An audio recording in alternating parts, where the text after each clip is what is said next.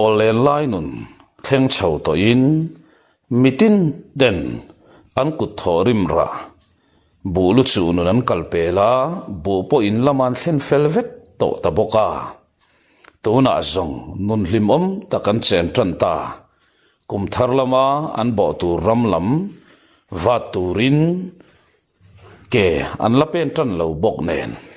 heti lai hun hi khotam taka pasal tharwal ten sa an lak na hun tha aloin her chuana hun ani chia mai poka a mai ro chu pholian khuwa te ero chutianga nga salatura ke han pen chuak thei hi an khovar lam arsi phar tamai thina chu hun tha lo nga ngar tu lalle upa te pon upasoi enga ruwa manna zuin zam pher pasal tha nok lian ale anaute mi pangalai mayan cha chu nok lian te pon pholian khuwa an ron dai thleng ta an ron thlen zana tang rengin lalmola mi pui an ko khom ngal mak maya mi pui ma sang taka hoin khomi pui atara zurin kim vek turtia awlok lawani awangin lalmol pan lo ngam anom meu lova amai ro chu sat nam sokate pu tu ero an beng a chet ta nge mani don ni lalmol lampan ve zai rengan re lova apu ina sat nam po kain vaibel an pak dun tal maya lalmol lama trong lau thom po hre pha in an beng khon dun lo ang reng khop mai ral kai thei chin phei chu lalmola hian an kim hle ani chuta pasal tha nok liana churon ding chuakin ral kai thei chin chu ading lama chuan an din khom tir thap maya pasal tha nok liana chuan heile in lalle upa ten min be se na sang tak an nei awangin kan wang khuwa chua sanin kan ron pen wang ani a pasal thanun kong zo tur hian namai lo tak kong tam tak kan pal tang nga ya seom tor tur tam tak om don lulul le ngongol arem chang don lova thuoi taka inin pha niama nun chan inzir thei don ani lo chuan he khuwa hian ti tu reng kan nei lovani amai ro chu thuoi na nun ne na ke in pe na ni chuan kho lau bera in chuak thuayang tin on nei dap maya lalle upa te pon ti fu anin tin an hoi her azang khop maya abik takin upasoi enga phei chu karot chua ngatani ti men takhian menga nuama ti val khop mai heti lai hian sat nam sokapon apu kianga chuan keizong ikianga ka sir kha du tok viau mai ka ti thadet le hun te lo her chua hi chuan nangin mintur na sato bok nen zalbu kai zai te po railway to ilanga tha anga in buan lam hoi hian kapu kemin la pen puimi alavania tin apu chun mel de urun maya apu po chu bu mat ngatin engpo ni selang khuate hanwarte te selang in buan lam hoizong ke kan pen donia in buan zirtir mi lo chepo ni ilang he khuwa hian nang han buan phaturan nemo tin anui haka pikheri po an kianga ngoi renga lo thu ve in chempui mangin vaibel alo chan vailo alo chan dip ve mela sat nam te pu tu hi thudun reviau thin ma selang an thil soi ero atam lo thin ang reng khop maya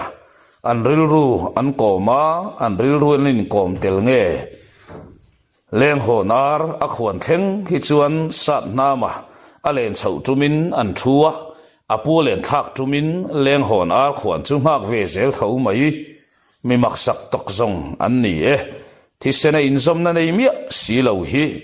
inzom na thu takeron kol rutlat to siani sat nama meu po hi apu kianga hi chuan atong ve du zel zong ani pasal tha nok lian ale anau te po lal le upa ten an lo ti thaboka nuwa man tin an kho hoya sang em a anin da chung nung thiam em mai le ngal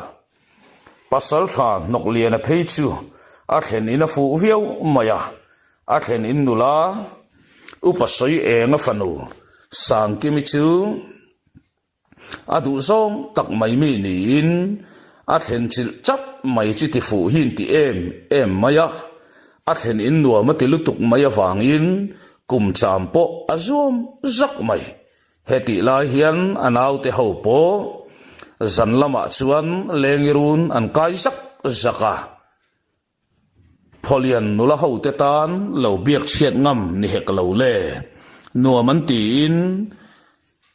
an om phola mayanun mangin chu khuwa chuan nuwa man thai ni ber mai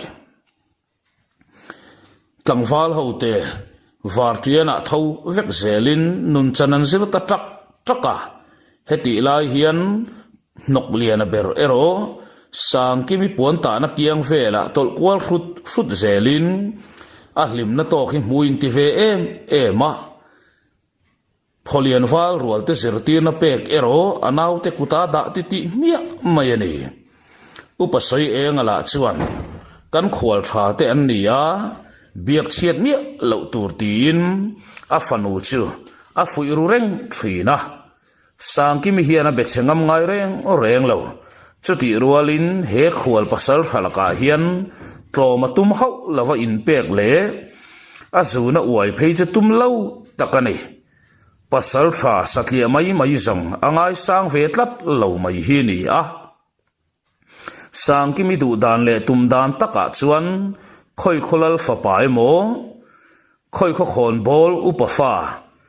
minei nung le challang tak nupui ani turani ti chu athil tum lian ber le ai nga na ni mak mai heti lai hian a u po an khobuan chak ber ani a soikunga ain pe huna sa nam sokati mual phautum ran anni chutiang thilvel ngai tu kwal reng hunan man lain tuna an khwal pasal tha hi ram changa man mai a thadon riau a hriat na an nei pa fa le tatlat mai uluk tak mai saidunin pasal tha nok lian chu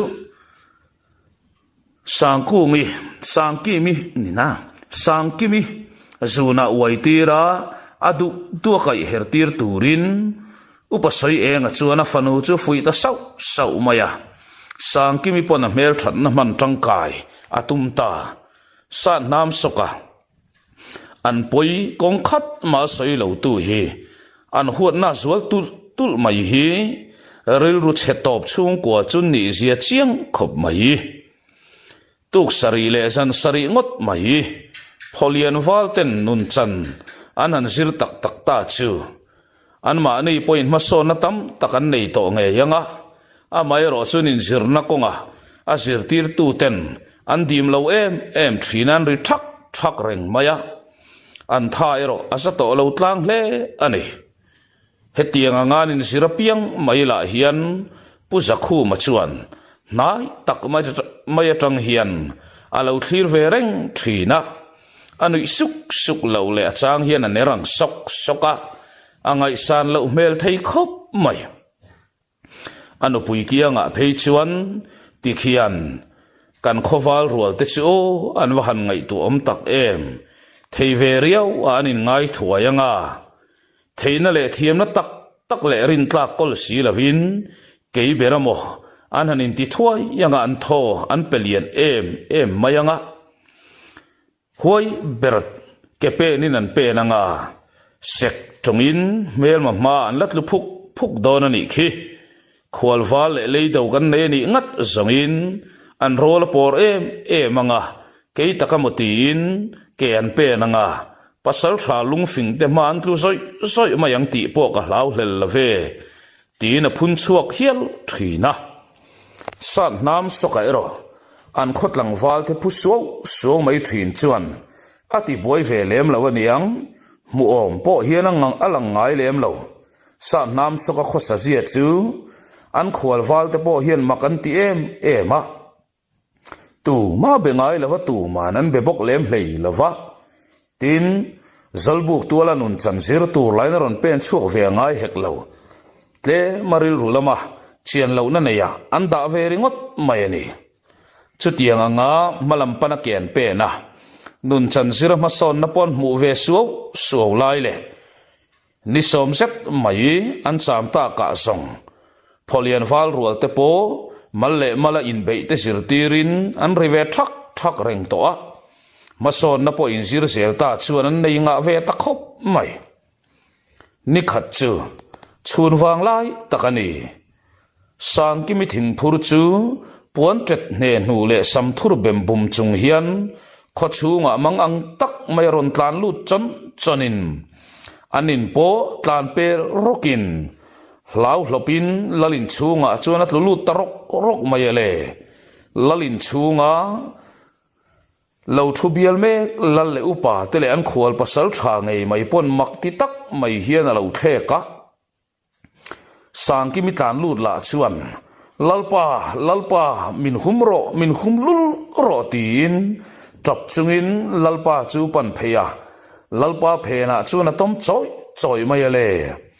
lal le lal nu chuan rang tak mai buai pui ngal sokin chemte enge ni ta enge thilom zia enge ichunga thleng le tin zona hlir hian an khat hi ni ngal ber maya lal chuan rinom tak mai hian chemte laure reng su tuna chuan I him vek to ani o kalalin chungai khiau to etin an muan thoi à sang kimila chuan lem chan zonga thiam zong takaloni niang chu tui sikte a han lem ti me te nu chuan hlau mui sai dar chung hian lalpa ente se muala thin phurin ka khale ka ti a hei kan khual pasal tha po hian min zui chu tum tak na nga kada san ya wanga walak zok mai tum kani amai ro chu lalpa ka ema thing ka thon me lai ani a ka be sei phak mi lo ka chunga thil rap khak to poron thleng ta ni tin an tap le te a lalin chunga om ho chuan an pengan to uluk zualin an thinarim tlang kher mai sang kimi chunga thil thleng o mang chu an lo rin zon thiam ngal deuh put maya chuta mi tui luang ya nge chunga ron dak chuak le in pasal tha ta na irin lu sat nam soka khan nung lama tangin min ron ku thut maya min fiam amatin kalau nui maya amai ro chu min lo fiam ozong silo oi ka hlau lutuk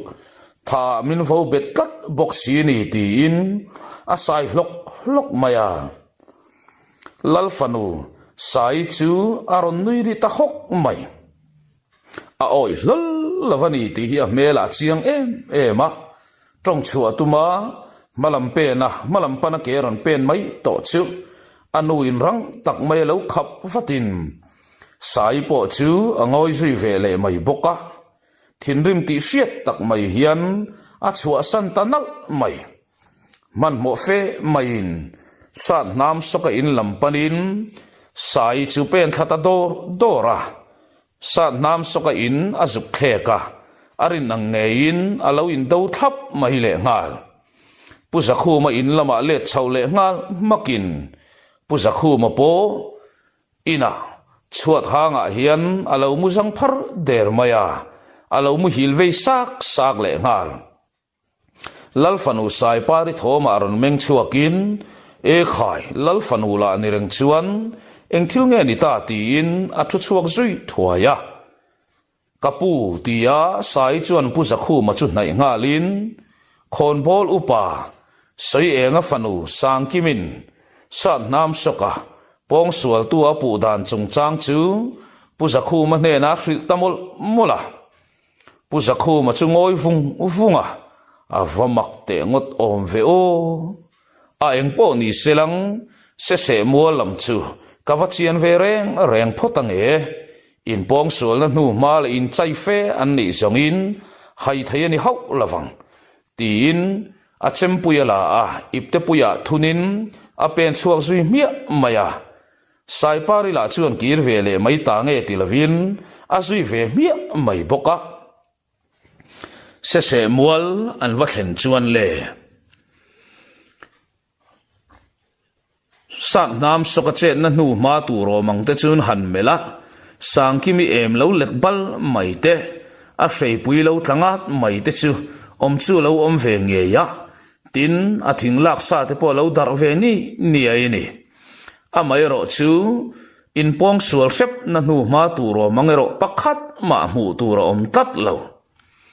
puza khu ma chuan lalfanu chu melin sai ipa hian thutluk na asiam sualang ti ka hlau mangi o kanaw hian hetiang thil ten om hi ati hau lawang ati lo ti la chu hei helai mun atang hian a chiang em mai sia mei chia enga ma ngai lo zia ifiat chian mai khamo aswal zongin aswal lui lo topang tuna zong upasai enga te ruam man na zong chu chiang tak mai na lo lang ta ni in ka sia afapa aya sa nam soka chung nun na le ipa nge poin pasal thani na pek ta ka fanga thik na thin lung an nei lo puak chhuwa ka ni nge mai hi mo chuti rualin kanawa din mun ero a om lo top mai tin mitmeng thi bram mai kara sai chu mela pusa khu ma mitmenga chuan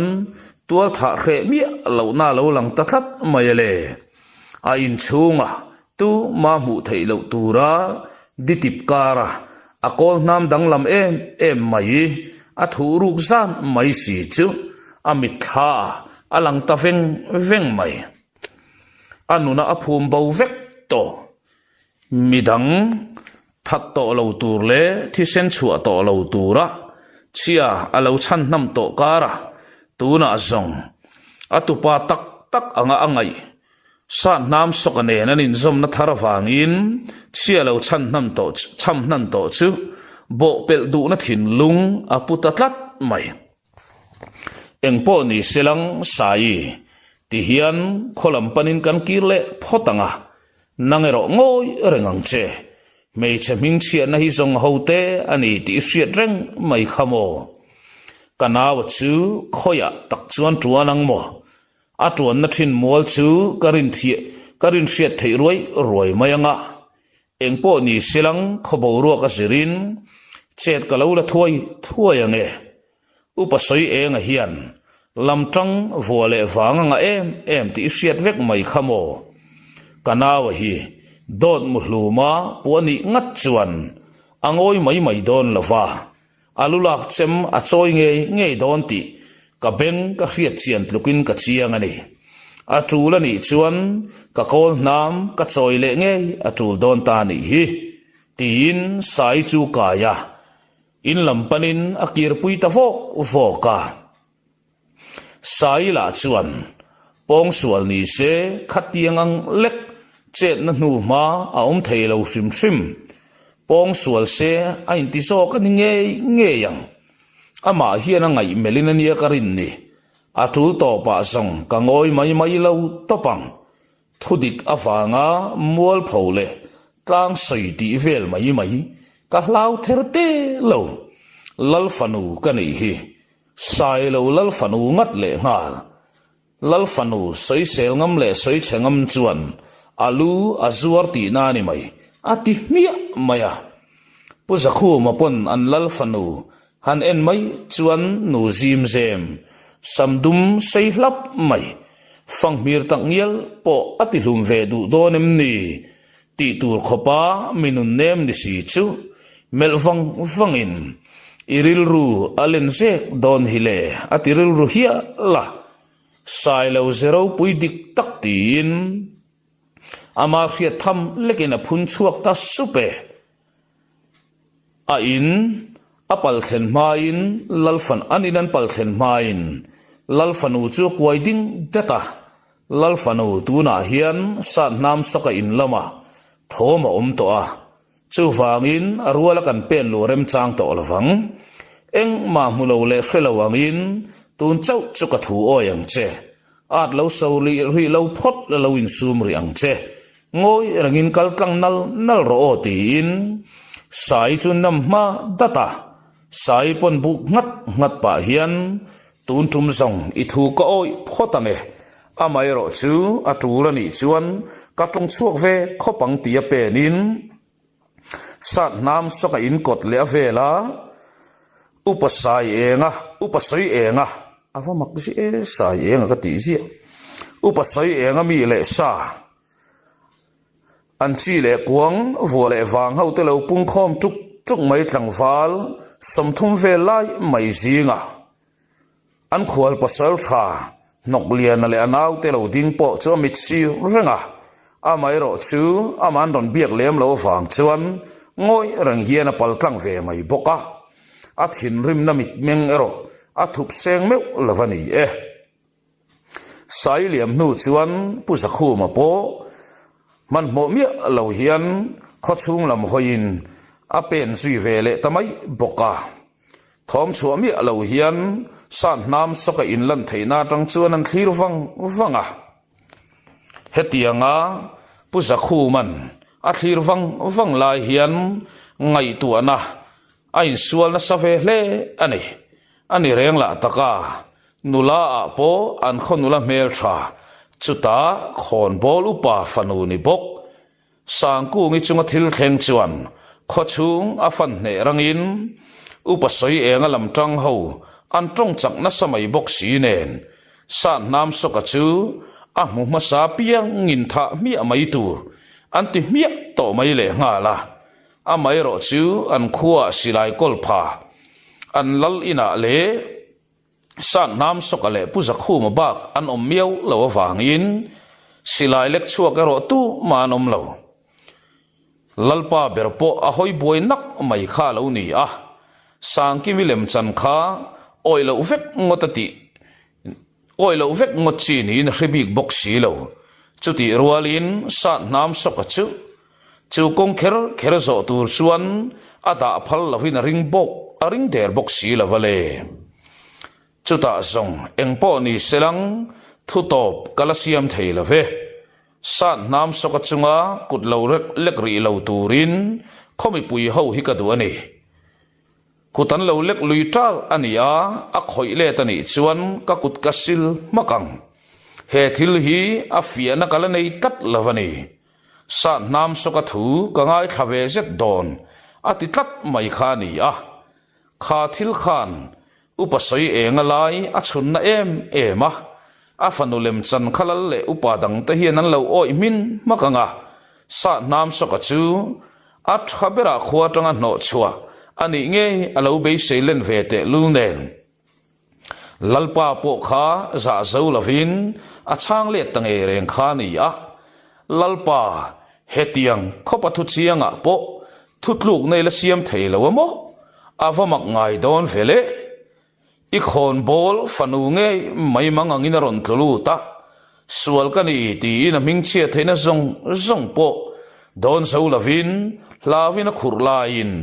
thutluk na min la siam sak theilo mo keiman thutluk na chu ka siam khopang ka fanu hi sa nam sokana po lai kheram ni mui be sei tia thinrim takalal in chu asan khani a chu a thinrim na chu ti fia chiangem chu thinrim na chu an tu na hian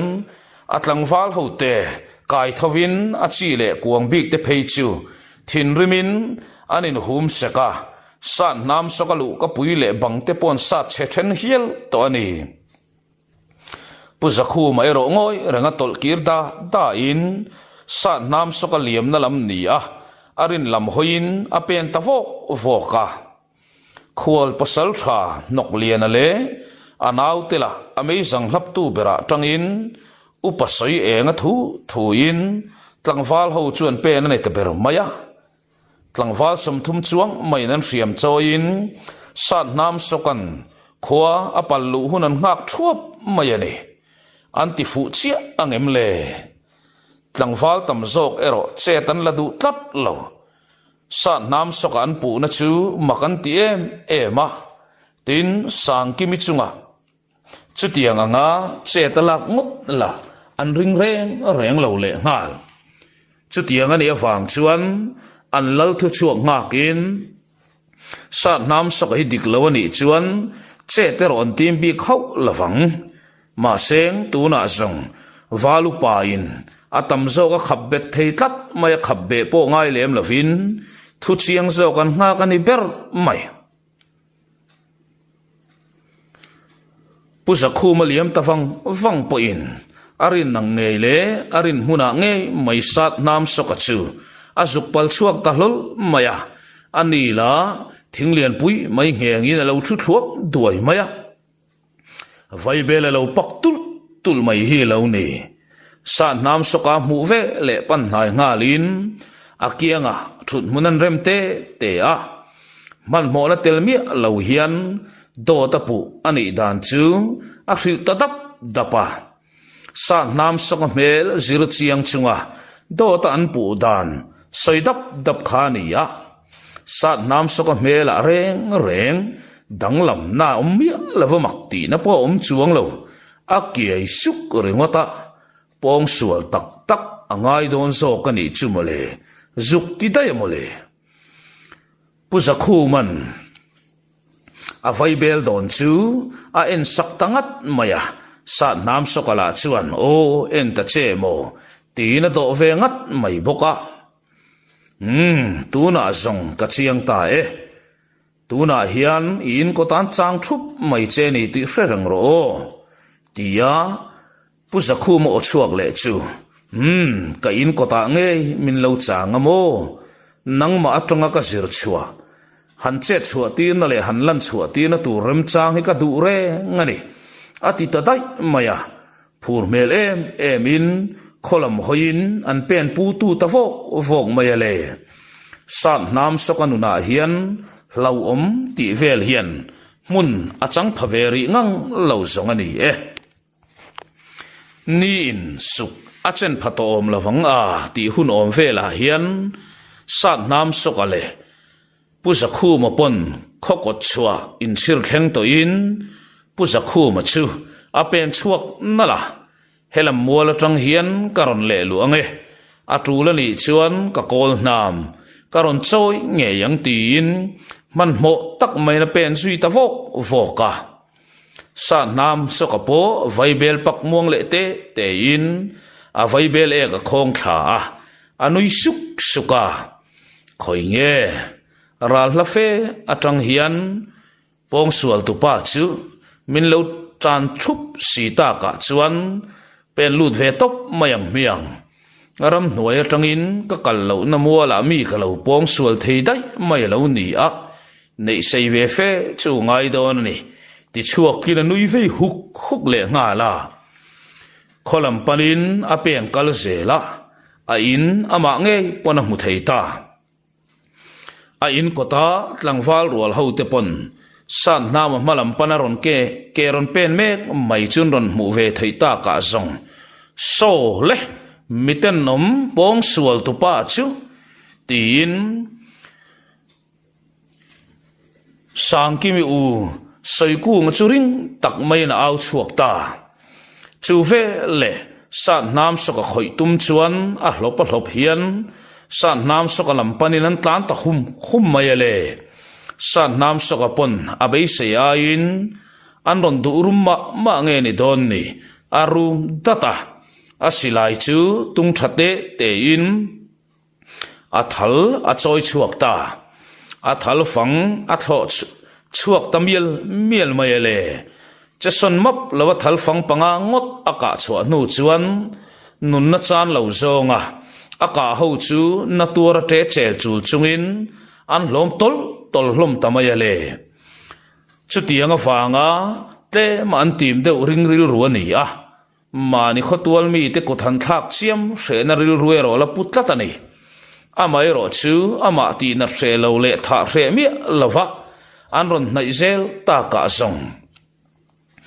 ring tak mai au chuak vakin manunun chan nan zong ka chet athiange tin alulak chemle a feitoite mai chu phora a thal thain ama panaron tlan me telam hoi chuna dok chuak ta halom le royani lo anin pomchil titi nga der maya ma selang aron pong masapiang mai chu an thal ta top top maya le na tur tre thom chuan chulai mun chu abo ngal nuai maya chu ta le nung lama tang chuan kanau in beiron vemo tia puza khuma au o ron chuak ngalin kol nam aron choi chuak tatlat maya le mit khap kar lava tangwal rol ho teron po ve ngal makin akol nam sang lam mang chuan akut an ron vai phetak tak mai chu e pui takani pui tak alo la tar ozo lo pholian wal san nam sokatha du khopa thinrim mai sa puchunga phechua ka piang mai te chu an thal zoi maya chuta song natura chiao vong thom ron chuang ngal nuai in san nam sokate pu tu ma ding reng anom to lo an nun nai ro tu manan chan lava amai ro chu then khat ero an hliam tor chu boi pui ve fe chu ngai hlom nge ang le an chem hriam lam le san nam apon a fei ki bar om na lam mang ni silang chuan nun na chan an tam nge yang le an pu tua in thop zai chunga ding chuak ngalin buan chak sai ku ngale khwal pasal tha nok lian ale anau telam hoi chuan an pen ta cheu mai ale sa nam soka chuan sai ku nga chu pan ding nalin che doi japa an tiram mak maya sai ku nga chuan kanau nang farra mai hian lo sual nga mamo tie in ring to tak mai ron bo ngal pop chuan ruala achem vai zong a vai na khop mai a mai ro chu a thel chiang e matin ni a tu khum chu a rilol maya chu thila wangin a pai tuang tuanga tol chara chuan a bok khop maya sa nam so chuan po phile ngal roin a fei toy hum manga bo zuin soi ku nga bok lai chu alu ara be sakin a hnung sa nga le rem lai a chuan a hlap ta zot mayale a dim lo na samai na tur ta top chunga soi ku nga chu tran pui tu avarak chel chulin atlom thu au puilom lom to a upasoi engan a mu thei tangang lavaniang chu mang an na le thin rim na in atuam na ta bok aniang nau chahai farra lu bok ka fapa i khoi ngamamo tia thing fak chuwa ron bo atum tamai ma seng sat nam lo veng ruran tu puza khuma la om velom alo om mai reng lo arang lutuk tak maya upasoi enga lam hoya dok sokin upasoi enga thing fak hum lai chu akol nam chu na vailen saklop mayale chuta akol nam chu a phezok maya upasoi enga chu apuan ven abil khom na kong bora tak mai puza khu makol nam siam zet main asa chum sakta ka zong le ruak tang kong in ading ta huau mai amala adula lian to in ruak tang kong an dingat thei chu hlum manga mi hring siam sual hi angber zoka arang lutuk tak mai thutom fatinin hup chui choya that ngal ru tin au tuara khwal pasal tha nok lian an auten chetla kan han tum ngot mai chu nok lian a chuan rang tak mai dang fatin beimi an ni lo ati thum da ta chuti lai na hoi zau de ta lalle upadang te anron nai ta ni ti mu ve le meichia ipong sual to nu a po mitam takila hliam ngamamo kan wang khua zong ni se ka chan dip da pang chemole tin anin lek khong le no ve la e chuti mo khoi khuang e in ni kha in wang khua chu kala ron kai emang chuti huna chuan min chan dip chu itum don nia tie in her makin athal le asilai da na lama pana akal pa chuan a thal fang ka chua an mal le chon vela aka bur sak kho chu dim na telmi lo hian an phoi diet mai zong an trena sa hlomin an rila ta don ta moti mai tur hian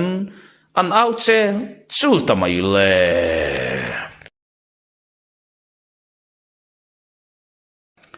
san nam soka chuan mei chia hi pong sual tur khopin karop ngai lo shima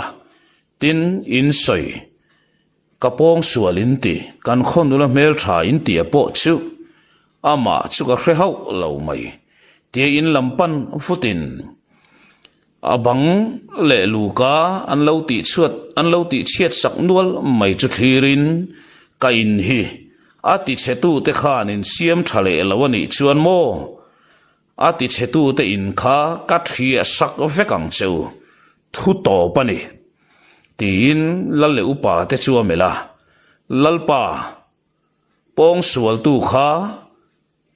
ka hrelawa pong sual tu ka ni po ka hreve chiani tin a mei chia la kha ka hre hek lo amai ro chu kha mei chia kha ka hre chiang du don ania pong sual achak tak ani nge yang kala sual khopang tin alu ka puya kai nala in chung lama pen lut zui mak mai le ngal pusa khunga po nui suka che ta khorve trep to maya vung to na phum bawa to in kai tho le ta ni khamo tin akol nam dang lam zet mai chu the ka ral ni ulang zong nun na nei to lova thal turin tam hle mai ka ti lalpa zan lama chuan ta ya chu keiman lalin chukaron kai puyange soi eng kanawa hi farra ani afanga I musit le ani chuan hei hi ka tiama che pasal tha vung to na I machon nge yang I musit farra nuna I fa ten tlulut vekang chu ka tiam che ni chi o he ka kol nam lek chung ngei mai hian tu ma andu than na in farra nuna an tlulut ngai lova chu wangin farra te en dong le mu si thilo ban san to ang che nang ni ang mi ver ther rul tur muam tun reng mai hi song ka kumpal chua za ta ya tam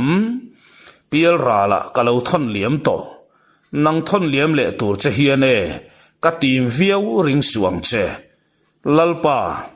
kanaw serpo ka endik sak vek to eng sul thar ma lo sul pal ei lo zunnan chawa man thina la ni e tina khen ngat maya pasal thazi dik tak mai ne na ko nam choya a in laman pan le zet chu e hu hang song alo la nei lian hle ni turani makti le lo ruk dewa fanga lo kian deuh dialin an mel rek hloma apalian hau lawakal kun khan maya amit mengero siam zek to mai sia tin sak nam soka beiron tum tu te athal zoi lai kha menga musa tinan ron muve man tlat bokatin ni lal saiding a chuan atlangwal chuti zatan thalphung mai chumel kwalin pasal tha nok lian chun mel ding nul maya a eng ber nge izirtir thin khale mi pahni lek ma heti zat antlungal mai chu ania he khuwa hian nula puan ta kianga tol mai tura chalu chekan ni lawasin atok tavia we kan ron som chua chan che angin idu le ibei sei lom man ero I muang katlang fal te kai suai tu tur song kamit nge mai hian karan hukim man vek to e ka pasal tha pon in wang khua ron kai nge mai atiam che kha lawin bo sai sau sawang che o he buaina po hian I ring I rol nge ka ring katani tin soyeng nang po thu chiang ka fiata ka fia huna chuan I chung chang ka ngai tu nge ang he in khin na lo tura hian ro rel na muna I thut ve arem ri lo bokang tien her makin lalmo lampanin akal ding nula hon bol upadang ten an zui ngal hal mai boka liam tur ho te po an chung ten ron pan nai thuai in man in lam hoi nan kwa trai hloma zana ni a lalmo la mi pui pung khom mupin sat nam sokapo apu nen zamap lo hian an ron pen ve voka akal pel nulat le ma chong tlon tlai thadeu hlek le mai fang thadeu hlek ho te chumel kwalin hei hi mi ati chho thum dut maya apula chuan nilave ati mai zela chu thil ria le mutu te nuila chu za tuala pong sual tuan pu berin apu tu ber khat lo mai chu amak em la taka han oi lovin le machanga niang han tingot don selang shat nam shokami zian chiang ema lem achanan ring der box si lo nen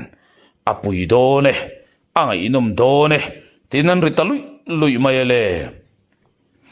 shat nam shokate pu tu in lal in an lu fel nu lok chuan sang kimi po apa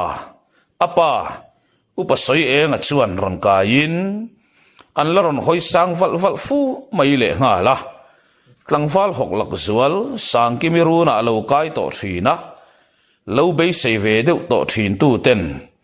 sang kimin ron muta sang kimin mei nei fe maya alo mu niam na le alo chan fak to na ten ron khe chuak thara niang chu ama chaupa an ni lo zia tong kam alo che khum to na te awangin an tan hun thanan in hor chuak ve ta niang e sang kim vayeng sa ngei tlom asa athana sa bai sia an ron ti tan ta sang kimi ling phat maya khang lang cheu chuan le katlom chai leweti na mel rang na sa tamai tlom lovin apong siwala ni che tia aw el kwal in an ho lua tamai le upasoi eng apon afanu chukai dorin lalu ka pui chu akai pui ta thuaya chuta zong thom zong are ta tle ma in la thu fal de uten lal bang de pin an beng an do ta tlat maya hriat chian lo hlawin lal tuala mi pui chun ngoi thuap mai boka lalin chunga re thup maya an kim khatta mo tia chuan lal saiding a churon ding chuak talua maya le ain chung om ho chun mel kwal dena puzakhum upasoi eng anen khan pon lama min lo wa chua san lok mai ta che u tin on nei khuka a thu ero thu to pasoi ani ti chiang khop mai a lalpa ka lo thu ve riang e ti chi ni to hau lo upasoi eng tan po ti thei tare reng lo ro rel na hi alai theyang berala kaniyang pasal tha ka lo puan to sa nam so ka hi kada chung nun na chan tur om lo ang che in ka khon bol upafanu sang kimi po kada chung nun na chan tur ka hek lo thudi kalal ber tur ani ringot ka ro rel hun po ngak zo lova liam tur ta tero tu man an liam tor chung changa mo an phur lo sa nam so ka thiam lo na pakhat ma ka mulo tlatani anun chan na ta na alo in veng ve anim maya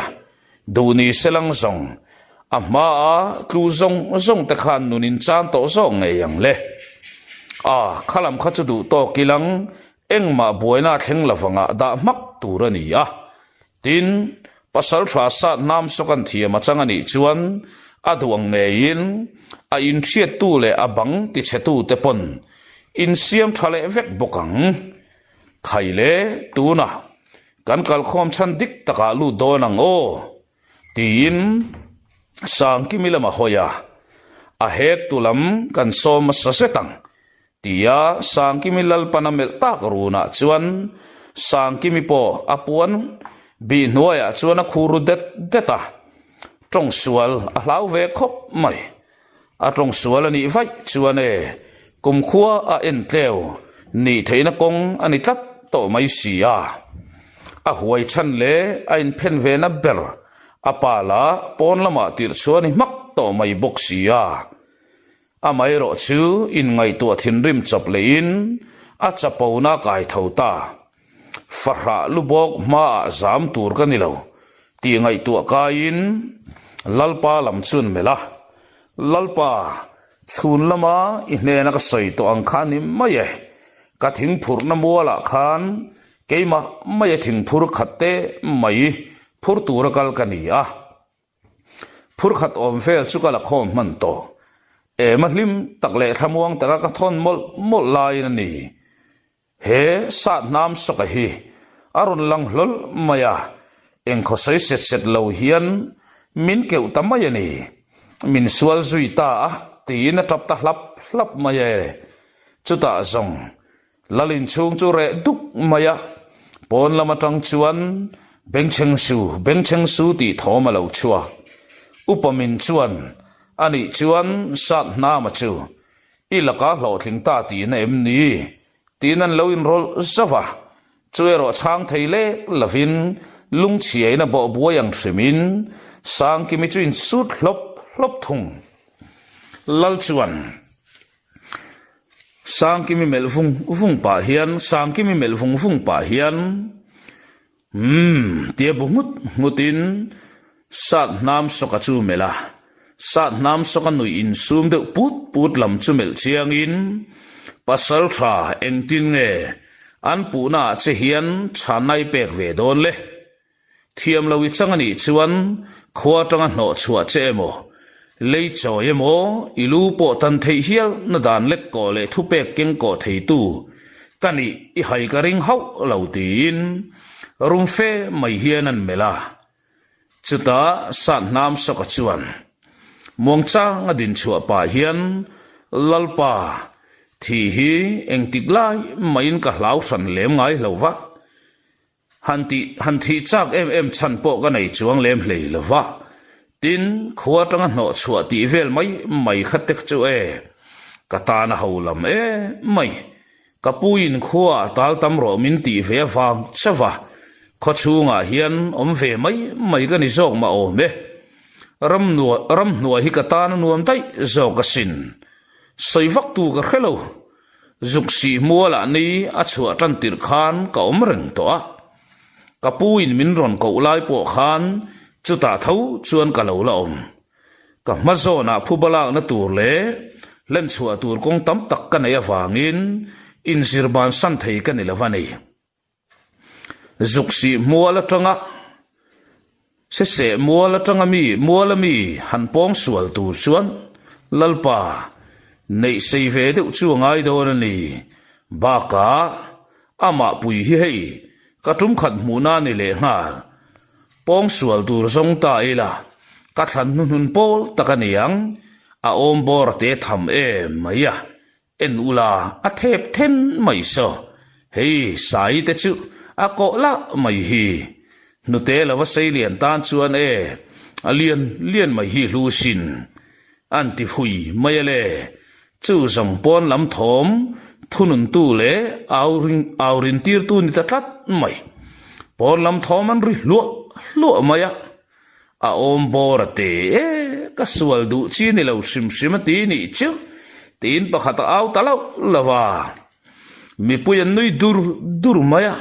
a om bor te ma tin an ri no maya chuta thoma re le duk nu in kha bak soi tur ka khewak lo min pu tal ani le thi don ro chuan ka sual lui tak khopang male tun min dang thei le lo nge ati mia maya sai lam hoya in herdavin avanui suka sai po lo kiai sak mai lal le upa te pon hoi boi tanak mai sang kimi tang kho vela to lak lo boxi sat namala chuan kha bak sei tur kheder boxi lo pon lama tang chuan lalpa an thei en sakula afia kor mayang mi pasul zonga hai thei nemo an ron ti talang langale mi puilam lain antor hul chu ni taber maya sat nam soka chuan lalpa keima hian ula atok mai nulatan zong a harsa anga hei mo zunnan ba kalaman lo hi tia lek kuala rual tamaya atok an ti chung mai mole sang kimi hantan chantur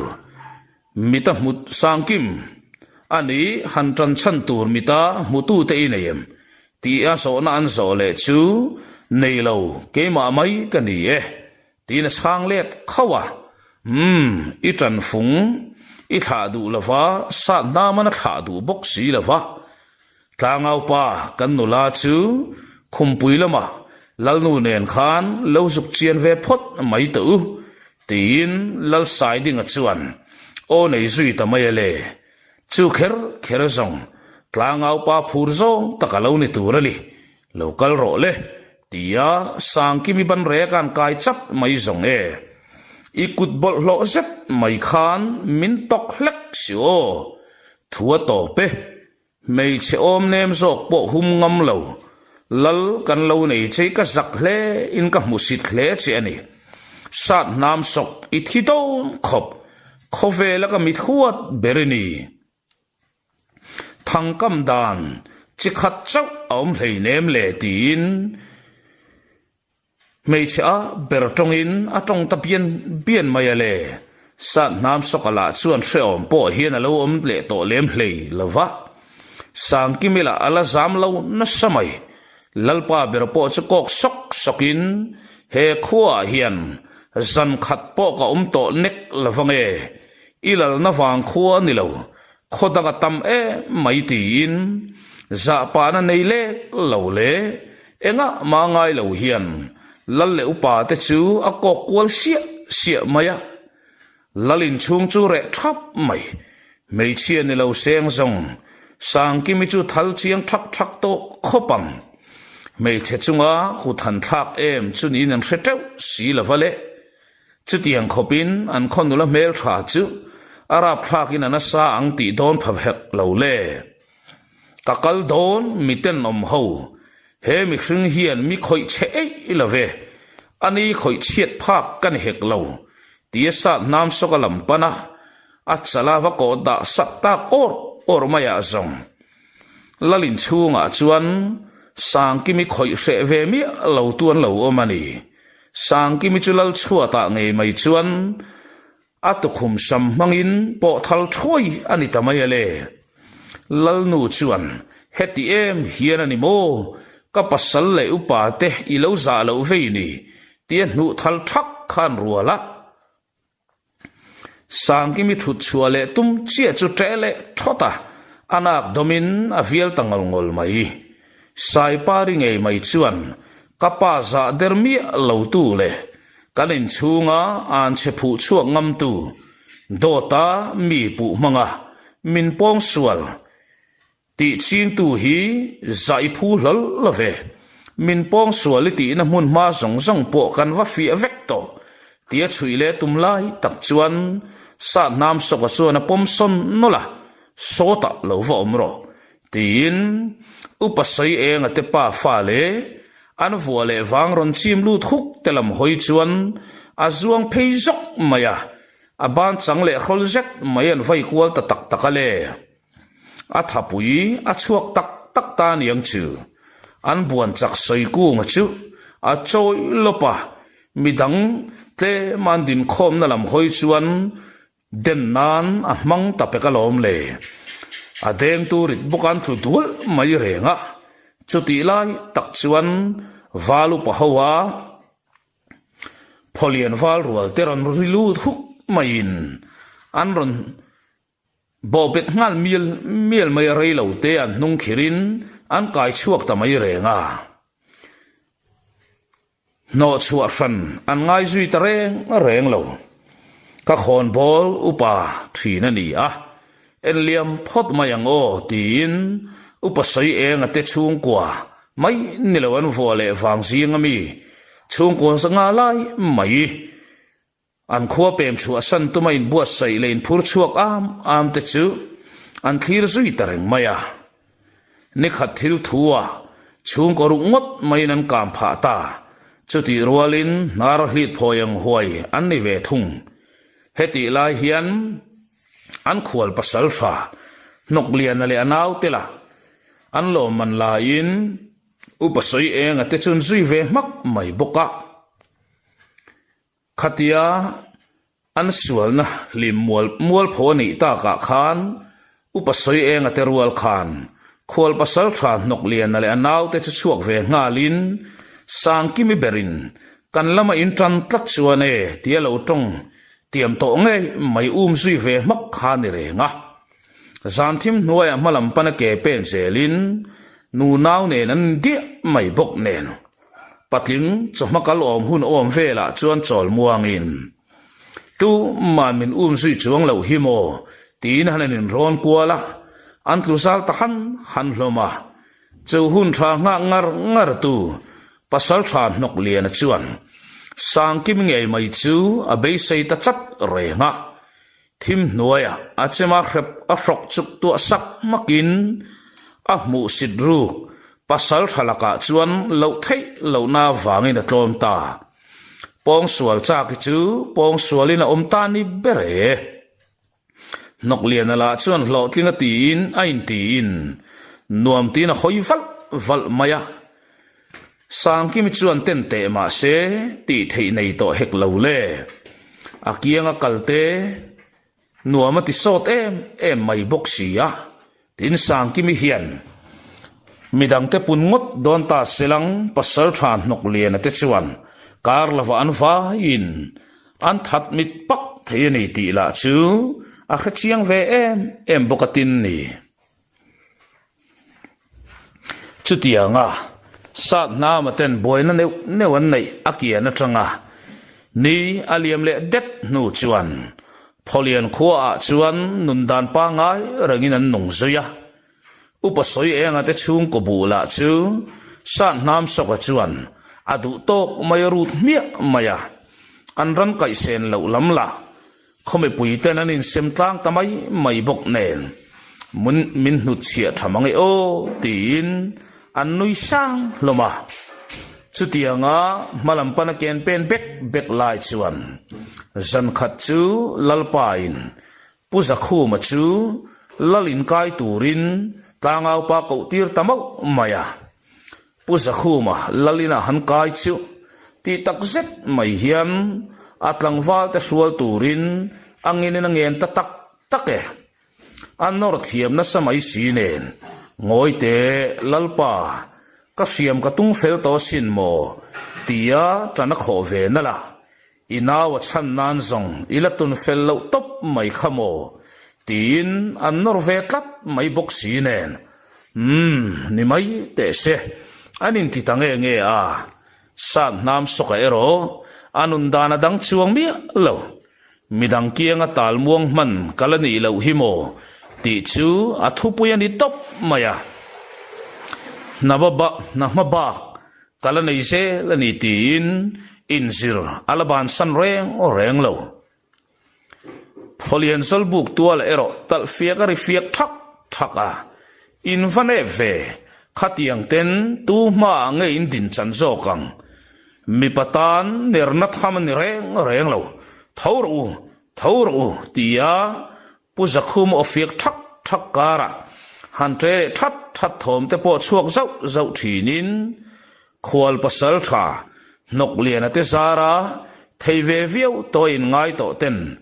chempui ne na an phong yel puin puzakhuma eng ma keng lo chu a boin an bo fu thei tho lova a thu han zom lo thei rual pon ni lo puzakhuma howin in zir na takan lut tan ta le an taksa te chu fual tet tu thlom to maya chung chu sa nam sok chuan melin anui suk thina sa nam sok pon no pangte ani atangin akal pel vek thayani khamo tang ro tangwal puitling ni lom ni tina fin thak reng thin in la tur nep mai tin sa nam sok po he tong khum ve fo thin chutianga kar nisari ngot mai azan zonan zir tlau nu chuan pu za khu ma chuan ta ya ka in dai lo deuh thin maya min ron pui deuh mai te tia a som ta ka zong sa nam so ka po apu pui tur chuan a pe chuak ve tangai mai kha ni a sa nam so kana pu du to kan pui tak tak chu atuk jing khwa var meu chuan an khot lang wal ten ka taksa hian na lo lai reng ka nei to lo ve anti sup maya artui a hek tlang te zong ani mi tlem te ma ani ila kul nget tak anga kan tran khom thiam nga ya chumi ni tur chuan keiman hi kan khong ma sak anga ni khoi khuwa ma hian min nok tlang mai tur ani lo chu pu za khu ma thu ro lu mani miau maya an pu tu ding du na zirtin an pek zom mol zelain mason na po mu tur tam khop mai san nam sokala ngoi reng hian chen se manga zirtin mop zelin azan kuana azong ti dan phung thak to ngo tin on nei talo lova tlangwal ho te bon thodeu huai mai chuta sa nam soka chuan khaile mei pui kha han ti thivek mai te ule tin on nei ta tlat maya tlangwal ho te khat moi to ka din tirin in kebula theu khan in lutia tom vel kha han hai khwar te ule khap khat vela thu ka tok mayang tin alai khwar tir ta sapa awa hau mai o eng thil nge mo kan ti don chuni tia on nei nang lain sa nam so ka pu tu te sa nam so ka te pu tu ngoi reng mai zirlai sun somzel in duem tia pu za khu maron nui sang chu duê tin an lo chon duala ani chuan khain thil lei zon thewa khan in pum chung in pai theu mai kha pai chuak vek ro le tin o nei ta an hre tlang in hawan tiang reng boxi amai ro chu thu o ngai meu mai sia an sang chuak tlang ta lom le ti khan mani pai chua lo zon thewa khan ding le to ro le ti au thatin ti khan ma zong in thun hiam ula meilum ai takin in pai chua kha ayang cheu khuap tlat ro le tin zalbu lu ko puyan thut sana atira nui za deu po an be se ai re en thuta uin a ur tha chiang boka an then to maya tu man nui to lo arim alo dik tlang kher bok nen an then chok hlom to a thut muan ar a khwana puza khu ma din chu hloi ta ka zong thodeu huai hlomin puza khu ma chuan ko nga kham mai don ka ti khoi nge puan kop kan la anga kanin sun lum lo nge o lati tak deu dewa an then na sa to hle ani sat na mala chuan khatiang te mai khatiang khan zan thum ngot mai hun ka manga sin nang ni zongal rei lo lutuk lakun nai le de uru tia fangkol velin mei cher te chuan a hliau thoi thuak hloma anuam ti zong ani niang anui puta tong tam ve mai khaile dingru le tia au thatin chu kher zong an lo maniang an tho huai hloma in kut le lam kha ninang in ke le lam kha khai ula ek zona tak mai khan khap khat lek vela silavin o khai ngat te u tin o nei le ta ama pon ral be nan he thil kheri atang kai po ring lem hlei lawa seom in tor thayangai mel makara chemap lawa omfang ngai huna thleng thayania ekara po in chel turani tin nui suka zanlai ara khwan pon an lakhai va hloma an ke an thak zok ero aphal sak an muta chua kanga an muthu pu tu mai long mo tian rin na la chu an meng fe pu tu tul mai le ngal zanlai ar khwan nu avai bel pak muang le te in zanin na tan chuan idu tok don ang ule mani maso nami theu kha uluk tak main han fu re thap mai ra ule tin on ne ya in laman pan san nal mai le ngal nialiam deta sat nam sokapon kapu zanin hi zalbuk kakayanga naktuk lam chuan zin khothon tumin karil ru kasiam filta ka in le lo le ran te hi chu in kuta om le mayangai don ani ti zong soin a chuak le nur rawa a chua nu chuan puzakhu ma chuan karin ain a ngak rei thei dai mai ka ti tuna zong aril ru zong ne na in pe khata ani kha ama du lova nol tu te nen lam chu panmol mai te se din apa silai po zon chuak nge atum khamo a mela ala hian apa kha phok fu em maya hai thei rual an ni lova a mai ro chu apa kha palian te soi tur chu ni hau lova anu hi anu lian khatani garing tlatani anu chu lo ladam ve in lim takinin mu selang ka du sak le ani abule mai tai hi zong tin puzakhu ma chuan a vai bela pak nan tal tala leng hon ar a khwan ma devin zalbuk lampalin sat nam sokapo amut bulian vak lonen apen chawa bobel aboliam puat ta e khai kan pasal tha pon zalbuk arong kai ve don ta ni hi pasal tha arem lai lai a khan lo in vom ve mai ro tia lo belum lam tu te chu chang ta nge atilem hlei lova leng hona ra khuanga bobel kiang maya amut na pharin kai thar buan ti vel kha ka pe velem lavania buan tham poilom chuang lo tina muzui maka nor zui chia tu manan ngai lavaniang ama nei takamut na po phanga man om meu lo atong ve luam tum hi chuan an han nel ve deuh hlek thina angoi le muk to hi chuan behma satu ni hi an chak vak thin lavani valu pa pon en liam ve main nok sakin sat na ma hi a ngai lem lo boka han sil vel po hi atum ngai lo sim chu mai ba ka an khuwa pasal ra ming choi thei chu sat na ma te pu tu zong hian ni miau mai sia an tan han sil fak ngai na lo sim ani sat na ma ro rei lo te a mu hil nga lin atam zok po an mu hil man to ang chuti lain zolbu ka tanga hlavak lawa hian sa atla ti thomaron chuak ta thut mai chu vele tlang va lo te churang tak mai tho chuak ngal phukin an mai cherin chop chua sa chu an lakaya satlak na lam muala pen chuak turin an phengal dor mai san nam so ka chamap lava lo la mu put mai chu valu pa chon makti na mela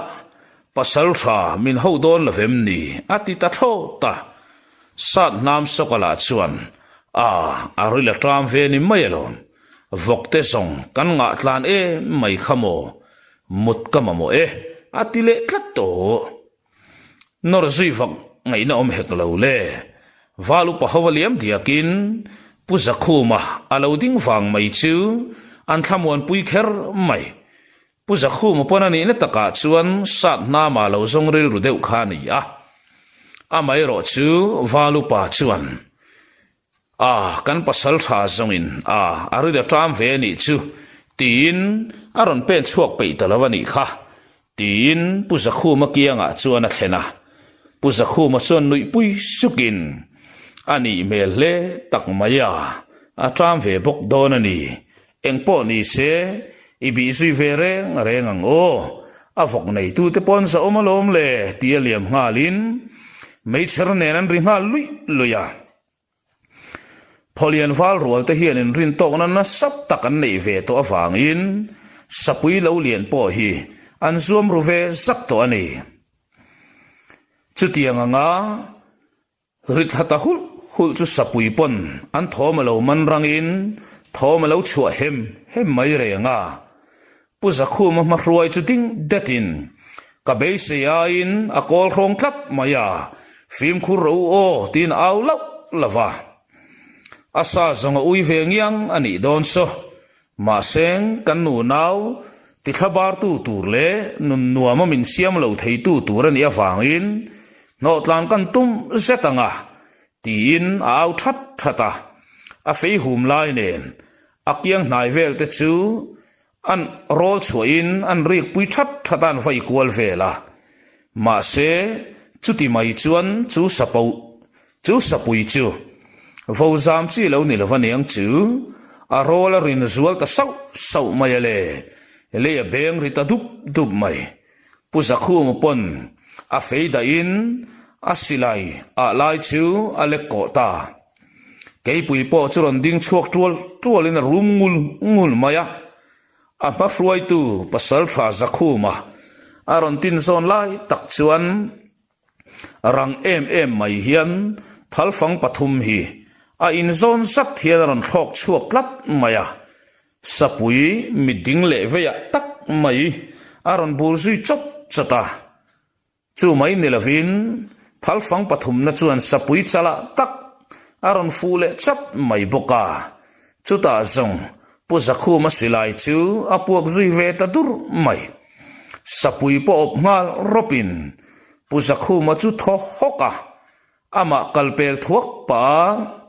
kal lo la chuan ron tho po ka tum lo nen ti sup tu sa nam soka chu melin anui toy taka sa nam pon a thal fang adu zual zingami aron tho chua tir pathum chu a phoi mola ain hera kholm pan nal mai sapui an keuna nai bok si nen an thom hul chunga thain mutahar to don tlak dia intelin in lama pan ding nula api lu kapuya mei cherne na lo ding chumel sakin katlang nga lo mayang o kamu hil nual to thawe ti na pi chu kalpel si voka khomi puiten lalmuala sapui anzal felmeu hi chuane sa nam sokazong atumram lampanin khothir tlang alawin pen thengle dai to a nunglam hoimap lavin apu fil lam tluang zoin apen si voka khua avar fela tuk chuan tur bol le zokin ain ei puar te a puar la hian muhlau te ang tin zana akala chuna zuk mute lavamole he mi sing zia hi zong aling let kan ti don nge ale ling kan ti jok don chu in ngai dan ni te se kar thar ni mana ingen na saboka thui deng dong kan da ta ni hi